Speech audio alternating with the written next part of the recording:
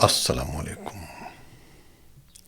آج بدھ ہے، اگست کی 26 تاریخ۔ میں ہوں خالد حمید، خبروں کے ایک بلیٹن کے ساتھ۔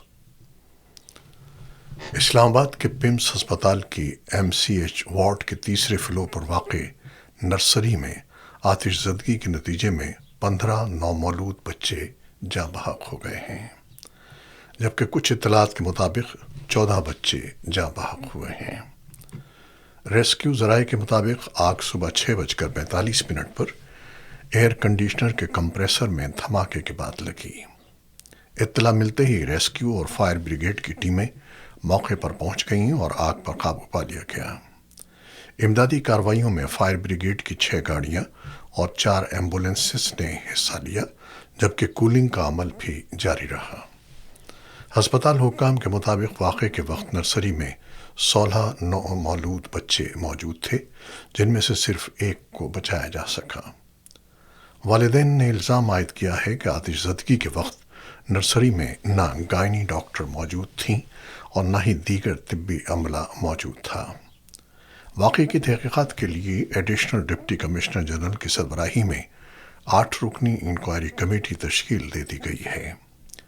کمیٹی میں کیپٹل ایمرجنسی سروسز کے D G, S P city, assistant commissioner I-9، D G C D A, آئسکو اور پمس ہسپتال کے افسران شامل ہیں۔ ضلعی انتظامیہ کے مطابق انکوائری کمیٹی آگ لگنے کی وجوہات کا تعین کرے گی اور 24 گھنٹے کے اندر اپنی رپورٹ پیش کرے گی۔ دوسری جانب وزیر اعظم شہباز شریف نے واقعے پر شدید برہمی کا اظہار کرتے ہوئے وفاقی سیکرٹری صحت اسلم غوری کو فوری طور پر معطل کر کے عہدے سے ہٹانے کا حکم دے دیا ہے۔ وزیر اعظم کی زیر صدارت پمس ہسپتال میں نومولود بچوں کی ہلاکت کے معاملے پر اعلیٰ سطح کا ہنگامی اجلاس بھی طلب کیا گیا ہے، جس میں متعلقہ حکام اور اداروں کے سربراہان کو وزیر اعظم ہاؤس طلب کیا گیا ہے۔ وزیر اعظم نے واقعے کی اعلیٰ سطحی تحقیقات کی ہدایت کرتے ہوئے ذمہ داروں کا تعین کرنے پر بھی زور دیا ہے۔ باخبر ذرائع کے مطابق اڈیالہ جیل میں قید پی ٹی آئی کے بانی عمران خان سے اہل خانہ کی ملاقاتوں میں نرمی طے شدہ ضابطۂ کار پر عمل درآمد سے مشروط ہے۔ ذرائع کا کہنا ہے کہ ملاقات کرنے والے رشتہ داروں کو خاص طور پر اس بات کی یقین دہانی کرانا ہوگی کہ ملاقات کے بعد وہ پریس کانفرنس نہیں کریں گے اور نہ ہی سیاسی نوعیت کے بیانات جاری کریں گے۔ عمران خان کی بہن نورین خانم کو منگل کے روز ایک بار پھر ان سے ملاقات کی اجازت دی گئی۔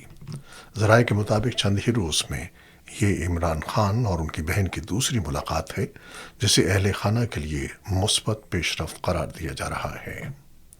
ذرائع کا کہنا ہے کہ اگر طے شدہ ایس او پیز پر عمل جاری رہا تو اہل خانہ سے ملاقاتوں پر عائد پابندیوں میں مزید نرمی کا امکان ہے۔ ذرائع کے مطابق یہی یقین دہانی سپریم کورٹ کی کارروائی کے دوران بھی سامنے آئی تھی۔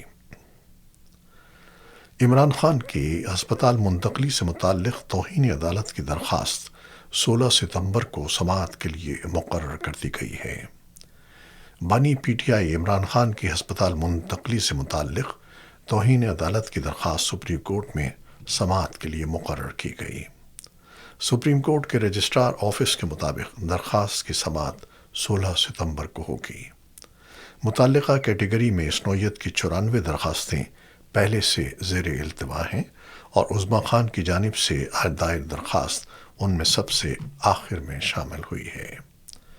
جاری کردہ روسٹر کے مطابق 16 ستمبر کو درخواست کی سماعت بینچ نمبر 5 کرے گا، جس میں جسٹس شاہد وحید، جسٹس نعیم اختر افغان اور جسٹس اشتیاق ابراہیم شامل ہوں گے۔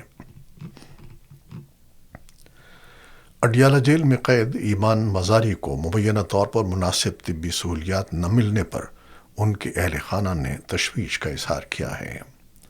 اہل خانہ کی جانب سے جاری تحریری بیان کے مطابق ایمان مزاری اور ہادی علی جٹھا 23 جنوری سن 2026 سے اڈیالہ جیل میں قید ہیں، جبکہ ان کی سزا معطلی کی درخواستیں تاحال اسلام آباد ہائی کورٹ میں سماعت کے لیے نہیں آئی ہیں۔ بیان میں کہا گیا ہے کہ گزشتہ 3 ہفتوں سے ایمان مزاری کو صحت کے مسائل کا سامنا ہے۔ ان کے بلڈ ٹیسٹ میں انفیکشن کی نشاندہی ہوئی ہے، جس کے بعد انفیکشن کی وجہ معلوم کرنے کے لیے سینے کا ایکس رے ضروری قرار دیا گیا ہے۔ تاہم اہل خانہ کے مطابق ابھی تک ایکس رے نہیں کروایا گیا۔ اہل خانہ نے حکومت اور جیل حکام سے مطالبہ کیا ہے کہ ایمان مزاری کا ایکس رے فوری طور پر کروایا جائے اور تمام خواتین قیدیوں کو مناسب طبی سہولیات بشمول ڈینٹل کیئر فراہم کی جائیں۔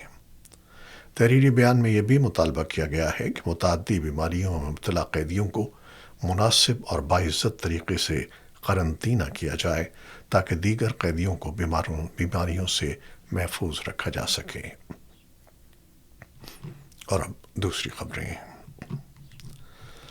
روسی میڈیا نے دعویٰ کیا ہے کہ امریکہ اور ایران نے نئی جنگ بندی پر اتفاق کر لیا ہے، تاہم دونوں ممالک کی جانب سے اس دعوے کی تاحال نہ تصدیق کی گئی ہے اور نہ تردید۔ روسی میڈیا کے مطابق یہ دعویٰ ایران اور پاکستان میں موجود ذرائع کے حوالے سے سامنے آیا ہے۔ رپورٹ میں کہا گیا ہے کہ ممکنہ جنگ بندی کے معاہدے میں آبنائے ہرمز میں بحری جہازوں کی آزادانہ آمد و رفت کی بحالی بھی شامل ہے۔ رپورٹ کے مطابق جنگ بندی کا باضابطہ اعلان آئندہ چند روز میں متوقع ہے، جس کے بعد مذاکرات اور تکنیکی سطح کے اجلاس منعقد کیے جائیں گے۔ رپورٹس کے مطابق گزشتہ چند ہفتوں سے امریکہ اور ایران کے درمیان نئی جنگ بندی کے لیے ثالثوں کے ذریعے مذاکرات اور مفاہمت کی کوششیں جاری ہیں۔ اس سے قبل جون کے وسط میں دونوں فریقوں نے اسلام آباد مفاہمتی یادداشت پر دستخط کیے تھے، جس کے تحت امن معاہدے کی راہ ہموار ہونے کی توقع تھی، تاہم ایک ماہ سے بھی کم عرصے بعد دونوں ممالک کے درمیان دوبارہ کشیدگی پیدا ہو گئی۔ دوسری جانب امریکی صدر ڈونلڈ ٹرمپ کی جانب سے ایران کے خلاف معاشی دباؤ بڑھانے کے اقدامات بھی کیے گئے ہیں۔ ایران نے ان اقدامات کو امریکہ کی جانب سے جنگ سے توجہ ہٹانے کی ایک کوشش قرار دیا ہے۔ ایک امریکی نیوز ویب سائٹ کے مطابق امریکی وزیر خارجہ مارکو روبیو نے حالیہ دنوں میں متعدد ممالک کے وزرائے خارجہ کو آگاہ کیا ہے کہ فی الحال ایران کے خلاف مزید امریکی حملوں کی توقع نہیں ہے۔ رپورٹ کے مطابق امریکہ نے ایران کے خلاف فوجی کارروائی کے بجائے پابندیوں اور دیگر معاشی اور سفارتی ذرائع سے دباؤ بڑھانے کا فیصلہ کیا ہے۔ مارکو روبیو کا کہنا ہے کہ امریکہ اب دباؤ ڈالنے کے دیگر ذرائع پر توجہ مرکوز کر رہا ہے، جن میں رواں ہفتے اعلان کی گئی نئی پابندیاں بھی شامل ہیں۔ قطری وزارت خارجہ کے ترجمان ماجد الانصاری نے کہا ہے کہ امریکہ اور ایران کے درمیان مذاکرات بحال کرنے کے لیے رابطے جاری ہیں۔ ان کے مطابق قطری حکام دونوں فریقوں سے روزانہ کی بنیاد پر ٹیلی فونک رابطے کر رہے ہیں اور ایران کے ساتھ بھی براہ راست بات چیت جاری ہے۔ ماجد الانصاری کا کہنا ہے کہ فریقین کو مذاکرات کی میز پر واپس لانے کے لیے مختلف تجاویز اور طریقہ کار پر غور کیا جا رہا ہے، جبکہ قطر اور پاکستان کی زیر قیادت ثالثی عمل میں دونوں فریقوں کی مکمل شرکت پر زور دیا جا رہا ہے۔ قطری وزارت خارجہ کے مطابق بحران کے حل کا واحد راستہ مذاکرات ہیں، جبکہ قطر کی اولین ترجیح آبنائے ہرمز میں بحری آمد و رفت کو معمول پر لانا ہے۔ امریکہ یا ایران کی جانب سے نئی جنگ بندی کے حوالے سے ابھی تک کوئی باضابطہ تصدیق سامنے نہیں آئی ہے، اس لیے جنگ بندی کی خبر کو فی الحال غیر مصدقہ دعوے کے طور پر دیکھا جا رہا ہے۔ ایران اور عمان نے آبنائے ہرمز میں عارضی بحری راہداری قائم کرنے اور خطے میں بحری آمد و رفت کو محفوظ بنانے کے لیے مشترکہ اقدامات پر اتفاق کیا ہے۔ ایرانی وزیر خارجہ عباس عراقچی اور عمانی وزیر خارجہ سید بدر بن حمد بن حمود الابو سعیدی کے درمیان تہران میں ملاقات ہوئی، جس میں آبنائے ہرمز میں عارضی میری ٹائم کوریڈور کے قیام اور آبنائے کو بارودی سرنگوں سے پاک کرنے کے لیے مشترکہ منصوبے پر بات چیت کی گئی ہے۔ دونوں وزرائے خارجہ نے اس بات پر زور دیا ہے کہ کسی بھی نئے انتظام میں ایران اور عمان کی خود مختاری کا مکمل احترام یقینی بنایا جائے۔ ملاقات میں ایک مجوزہ فریم ورک پر بھی تبادلہ خیال کیا گیا، جس کے تحت عارضی مشترکہ بحری راہداری قائم کرنے اور آبنائے ہرمز سے بارودی سرنگیں صاف کرنے کے لیے مشترکہ منصوبے پر عمل درآمد کی تجویز شامل ہے۔ ایرانی وزیر خارجہ عباس عراقچی نے کہا ہے کہ پاکستانی اور عمانی حکام کے ساتھ ملاقاتوں میں علاقائی سطح پر حل تلاش کرنے پر زور دیا گیا، جبکہ مستقبل میں آبنائے ہرمز کے انتظام سے متعلق امور پر بھی تبادلہ خیال ہوا۔ عباس عراقچی کے مطابق امن اور علاقائی استحکام کے لیے ایران کا عزم ہمسایہ ممالک کے ساتھ مسلسل اور مستقل سفارتکاری سے ہم آہنگ ہے۔ دوسری جانب غزہ میں جنگ بندی کی مسلسل خلاف ورزیوں کے دوران اسرائیلی حملوں میں مزید فلسطینیوں کی ہلاکت کی اطلاعات سامنے آئی ہیں۔ مقامی طبی ذرائع کے مطابق گزشتہ اکتوبر میں نافذ ہونے والی جنگ بندی کے بعد اسرائیلی حملوں میں اب تک کم از کم 7 فلسطینی جاں بحق ہو چکے ہیں۔ الشفا ہسپتال کے ایک ذریعے کے مطابق منگل کے روز بیت لاہیہ میں کمال عدوان ہسپتال کے قریب ایک گھر پر حملہ کیا گیا، جس کے نتیجے میں 3 فلسطینی جاں بحق اور دیگر زخمی ہو گئے۔ اس سے قبل خان یونس کے علاقے المواسی میں شہریوں کے ایک اجتماع پر ڈرون حملے کی اطلاع بھی سامنے آئی، جس میں ایک شخص جاں بحق اور 3 زخمی ہو گئے۔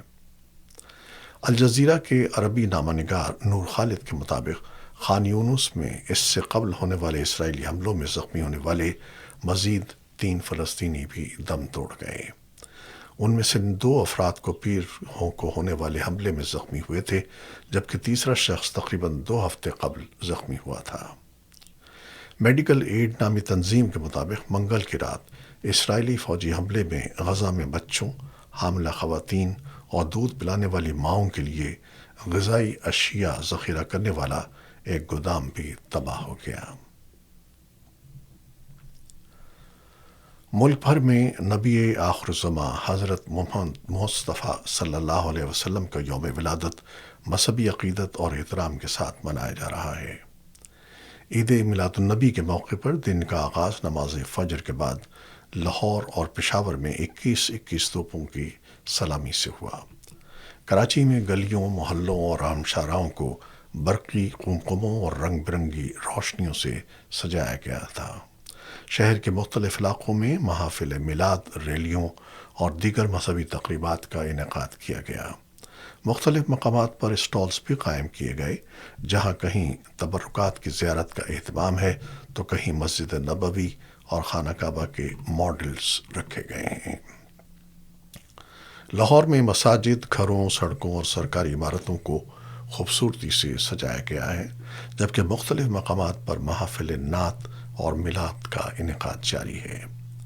پشاور میں بھی نعت خوانی اور محافل میلاد کا اہتمام کیا گیا، جبکہ کوئٹہ میں چراغاں کے ساتھ محافل نعت اور میلاد النبی کے جلوس نکالے جا رہے ہیں۔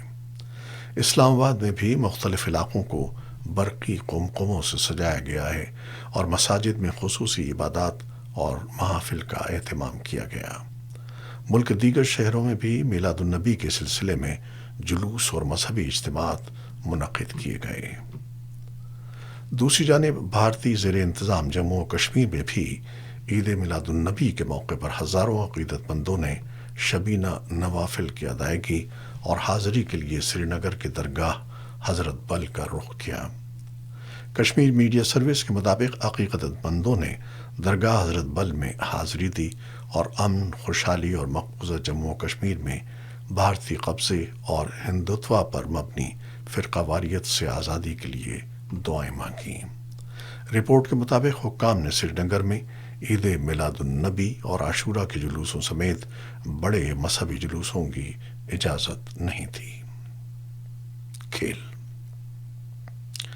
Pakistan women cricket team women's Asia cup میں شرکت کے لیے دبئی روانہ ہو گئی ہے۔ ٹورنامنٹ 28 اگست سے 13 ستمبر تک دبئی میں کھیلا جائے گا۔ دبئی روانگی سے قبل قومی ویمن ٹیم نے ٹریننگ کیمپ میں بھرپور تیاری کی۔